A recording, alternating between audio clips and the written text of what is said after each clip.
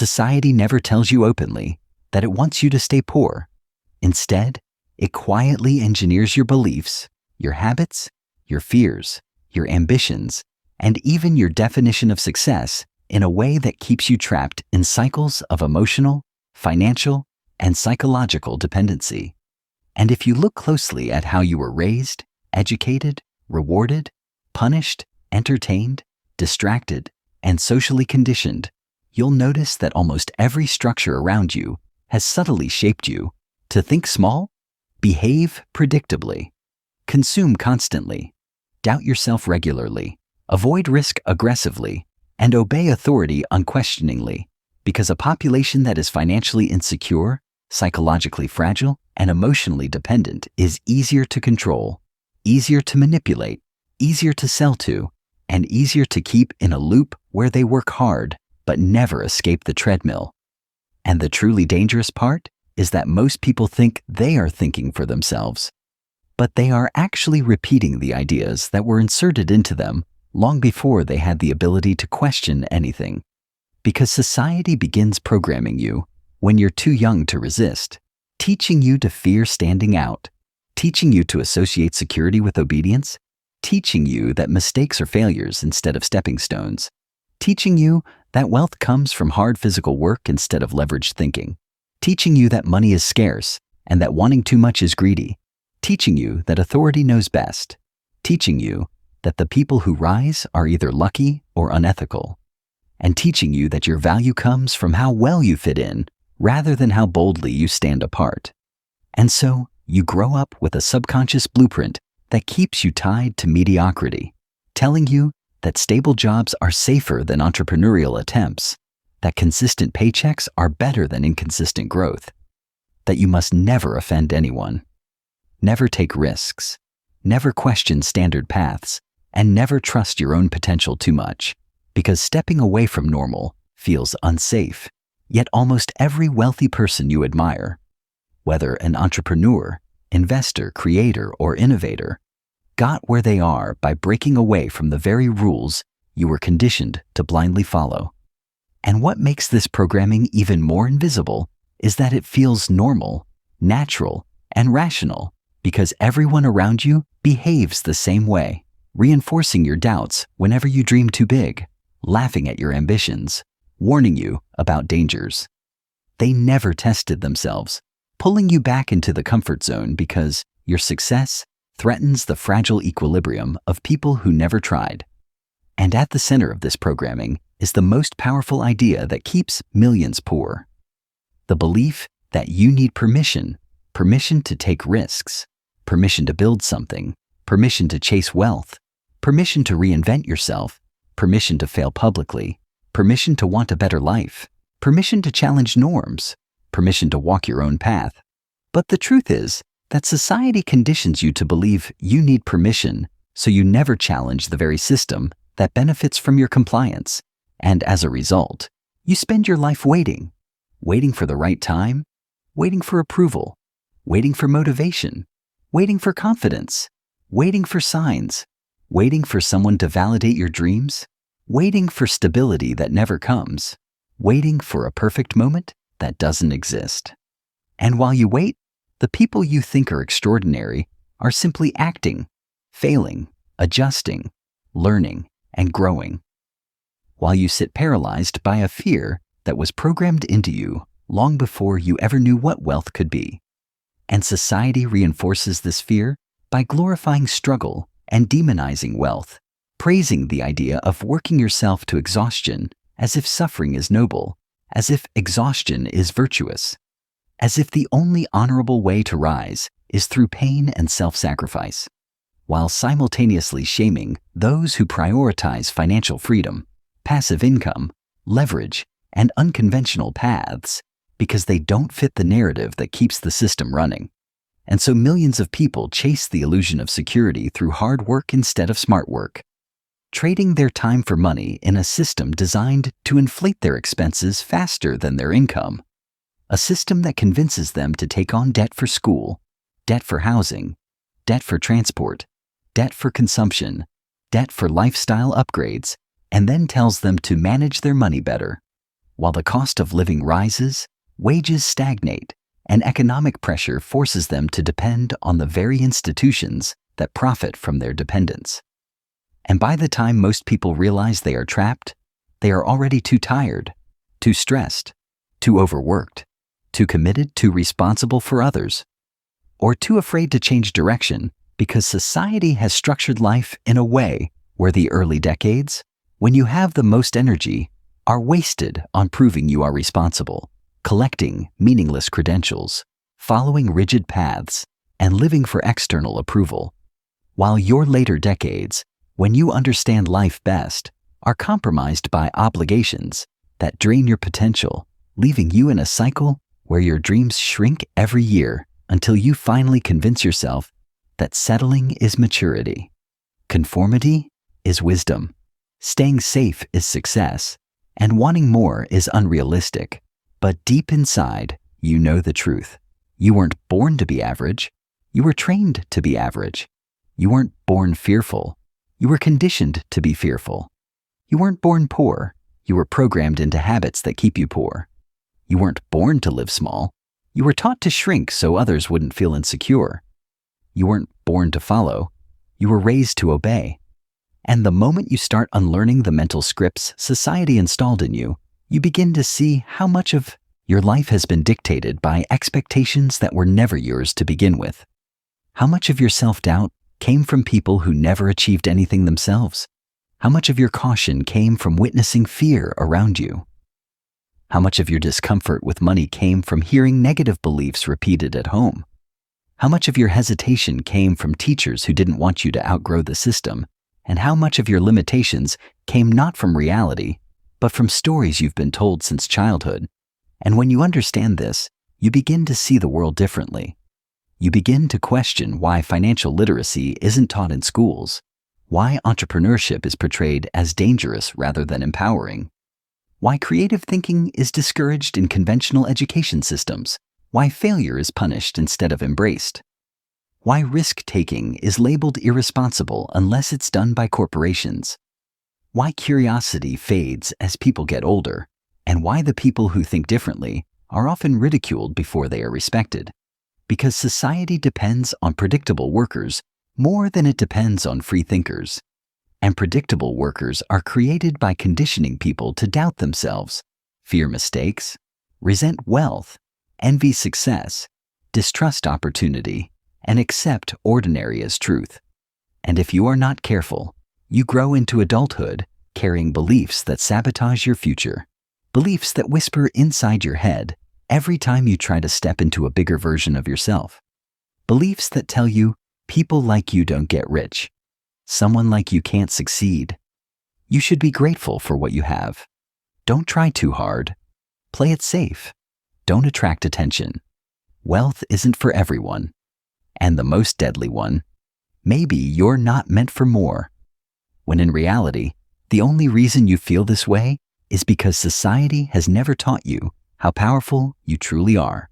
And once you begin to see how deeply society has programmed you to stay poor, you also begin to see how powerful you become the moment you reject the scripts you were handed and start writing your own. Because the second layer of this invisible system isn't just about shaping your beliefs. It's about shaping your behaviors, your routines, your habits, your emotional triggers, and the way you respond to pressure, opportunity, and uncertainty. And society has mastered this by building environments that keep you distracted, overstimulated, and craving short-term pleasure, so you never develop the long-term discipline required for wealth. You are bombarded with entertainment, so you never learn strategic boredom, flooded with notifications, so you never learn deep focus, trained to chase instant gratification, so you never experience delayed reward, conditioned to compare yourself with others, so you never define your own path, and surrounded by glamorized lifestyles, so your sense of identity becomes tied to consumption rather than creation. And all of this keeps you emotionally reactive, financially impulsive, mentally scattered, and psychologically dependent on the next hit of dopamine, whether it's social media, shopping, validation, gossip, drama, or the illusion of success without effort. And when your nervous system is addicted to short-term stimulation, you cannot build long-term wealth. Because wealth requires calm thinking, rational decision-making, sustained focus, emotional neutrality, and the ability to delay gratification, traits that society never trains you to cultivate. Because a disciplined mind cannot be controlled. A focused person cannot be manipulated. A financially literate person cannot be trapped by consumer debt, and a psychologically independent person cannot be influenced by fear-based propaganda. And this is why the system doesn't want you reading books, meditating, learning finance, building businesses, taking risks, experimenting with ideas, practicing self-awareness, or developing emotional intelligence. Because once you start doing these things, you detach from the identity the world imposed on you and begin reclaiming the potential that society spent decades suppressing. And the most painful truth is that the world around you is not designed to make you wealthy. It is designed to make you comfortable enough to stay quiet, but insecure enough to keep working, hopeful enough to dream, but doubtful enough to never act, educated enough to obey, but not creative enough to question, tired enough to settle, but scared enough to avoid change. And society reinforces this by rewarding compliance, good grades for memorization, promotions for obedience, praise for fitting in, acceptance for never questioning norms, while punishing deviation. Because when you break away from the script, you become unpredictable, and unpredictable people are the foundation of change, innovation, disruption, and empowerment, all of which threaten a system that depends on the conformity of the majority. And the way out begins not by blindly working harder, not by saving every penny, not by living in fear of financial decisions, and not by relying on luck or motivation, but by dismantling the mental architecture that has been installed in you, questioning everything you've been taught about money, reprogramming your relationship with fear, redefining your expectations of what you can create, and acknowledging that the only difference between the people who escape the cycle and the people who remain trapped is not intelligence, not privilege, not skill, not opportunity, but awareness. Awareness of how the system works, awareness of how beliefs are shaped, awareness of how habits are formed, awareness of how emotions are manipulated, and awareness of how small decisions every day compound into entirely different lives over time. And when you gain this awareness, you realize that society doesn't fail people. People fail to see how they are being shaped by society. And breaking free requires a rebellion not against governments or institutions, but against your own internal programming. Because true wealth begins the moment you reclaim authority over your identity, over your time, over your thoughts, over your emotional triggers, over your financial habits, over the narrative you tell yourself, and over the future you decide to build. And that's when you stop being a passive participant in a system that profits from your smallness and start becoming an active creator in a reality driven by your ambitions instead of your fears. And as you rewrite your internal script, you also begin to see the world as it truly is. A place where most people live on autopilot, repeating cycles they never question, waiting for permission that will never come, seeking validation from people who are secretly lost themselves, chasing comfort instead of growth, protecting identities they outgrew years ago, and calling it maturity, when in truth, they are simply afraid of the unknown, afraid of judgment, afraid of failure, afraid of discomfort, and afraid of discovering what they could have become if they had the courage to step outside the programming society built around them. And this is why the people who ultimately escape poverty, financial poverty, mental poverty, emotional poverty, are those who learn to see beyond the illusions, who stop buying into the narratives that life must be hard, money must be feared, ambition must be moderated, and risks must be avoided. Because once you stop treating society's rules as truth, you start recognizing them as tools designed to manage the masses, not to empower the individual. And the moment you detach from these tools, you unlock levels of creativity, courage, clarity, and confidence that feel almost unnatural at first because they contradict everything you were taught. But soon you realize they were always inside you, buried under years of fear. Based conditioning. And as you continue to evolve, you stop trying to impress people, stop living for external validation, stop chasing meaningless status symbols, stop fearing failure, stop shrinking to fit into environments that never matched your destiny, and stop apologizing for wanting more from life.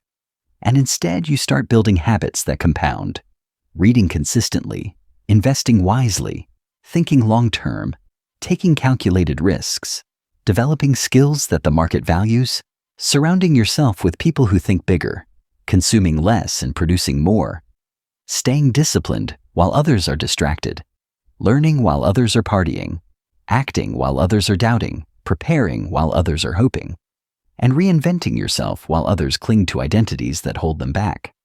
And eventually, as your mind evolves, your environment evolves, your income evolves, your opportunities evolve, your sense of purpose evolves, and the life that once felt impossible begins to feel inevitable. Because you've separated yourself from the gravitational pull of society's programming, proving to yourself that the greatest form of wealth is not money, but liberation, the liberation of your mind, your time, your choices, your direction, and your identity. And once you reach that point, you don't just escape poverty, you escape the psychological prison that kept you poor in the first place. And you realize that society never had real power over you beyond the power you unknowingly gave it. Because the moment you reclaim your agency, your awareness, and your ability to think independently, you stop being a product of the system and start becoming the author of your future. And from that moment on, every decision you make, every risk you take, every habit you build, every belief you reinforce, and every step you take forward becomes part of a new identity, an identity built not by society, but by you, an identity driven not by fear, but by purpose, an identity fueled not by limitation, but by possibility, an identity that confirms the truth society never wanted you to discover, that you were never meant to stay poor, you were meant to awaken.